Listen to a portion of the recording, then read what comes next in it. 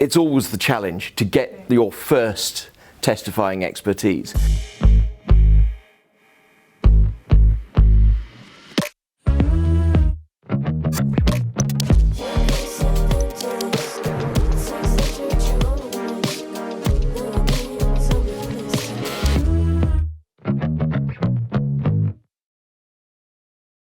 Hi Andrew, it's so good to have you here. Hi, delighted to be here. Thank you for stopping by. You're here for the ICA conference. Of course. And you arrived already yesterday. Yes, I came up on the sleeper train from London on Friday night, arrived 8 o'clock yesterday morning. Great, so you were in London yesterday, but you're actually based in Paris, right? I'm based in Paris, yes. And originally from Edinburgh though? So I have a mother who's from Fife and a father who's from England, so depending on which way the rugby scores go, I switch my allegiance.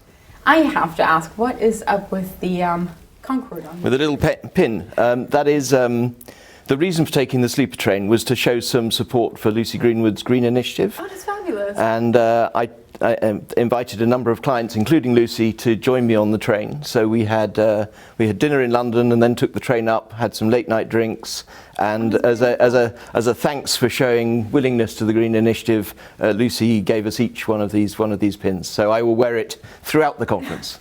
What do you think about the Green Arbitration Initiative? I think it's great. I mean, I think particularly with the 2 years we've just had of COVID, it's just shown what we can do if pushed to change the way that we run arbitrations. Sure, there will be certain occasions where, for example, in-person hearings are absolutely essential, but there's so much we can do to reduce the carbon footprint of arbitration. And you're speaking from the experience of an expert testifying at the hearing? Yes. Which is why I think I say in-person hearings are in many senses absolutely essential. What is your preference when you testify as an expert? Is it in person or virtual? And when would you think an in-person testimony as an expert is more beneficial? I think in-person is absolutely critical. I think for an expert it gives them a huge advantage because they can see the room. They can see not just how the tribunal are reacting, but your own counsel and counsel from the opposing party. And you just don't get that where you are sitting in a room and you just have pinheads of individual people. You have had quite the career in arbitration. What got you into arbitration in the first place? So I fell into arbitration largely by accident. I was invited to assist a partner on the Heathrow Airport landing charges arbitration. It went for 4 years. He gave evidence for 2 days at the Peace Palace in The Hague. Instructed by a senior team from Fountain Court with senior US lawyers on the other side, and I just thought this is just too great. International travel, different industries, different people on every occasion, and I took it upon myself to get more and more involved. And how have you seen the industry developing, also with view to diversity? Has it changed? I think it is changing. I think generally in terms of the change in the industry, it's the emergence of what some people call professional expert boutiques, largely out of the US. That's been the big change. So previously it was largely hobbyists either within specialist industry skill sets or within places like the Big Four accounting firms.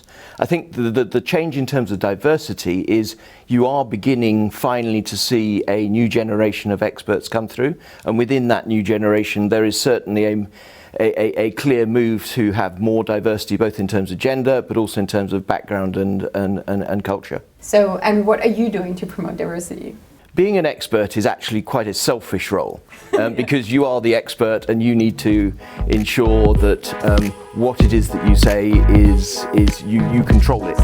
But I'm at the stage of my career now where I'm really looking to try to bring through the next generation of experts. So finding opportunities for junior colleagues, maybe not to start with a multi-billion-dollar claim, but find a small, relatively simple claim where they can cut their teeth.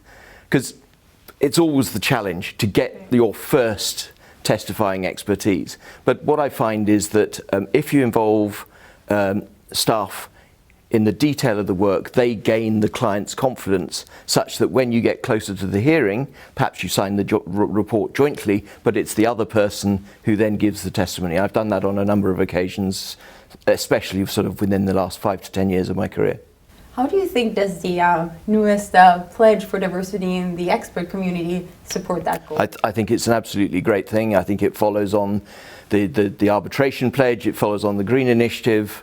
We've signed up to it, we're fully supportive of it, and I think it will only just gather momentum to essentially to force further change. Right. Well, Andrew, here's your chance. Why don't you give a shout out to some of the new members of the expert community that should have a little more visibility? Okay, within my own firm, Nikki Coles, who is here this week, she was made up to Managing Director last time around, and she and I worked on one matter where we were hoping that she would be the testifier. In the end, it ultimately settled, but she will have opportunities coming forwards. And then to be fair and even-handed outside my firm, I've worked with Rula Harfush in the past, and I'd like to think that I was at least one of the players that helped Rula get her first opportunity to testify in arbitration. And you, as I'm sure you know her career has very much gone from strength to strength. Great, and you did a lovely job there. And thank you so much for supporting our cause.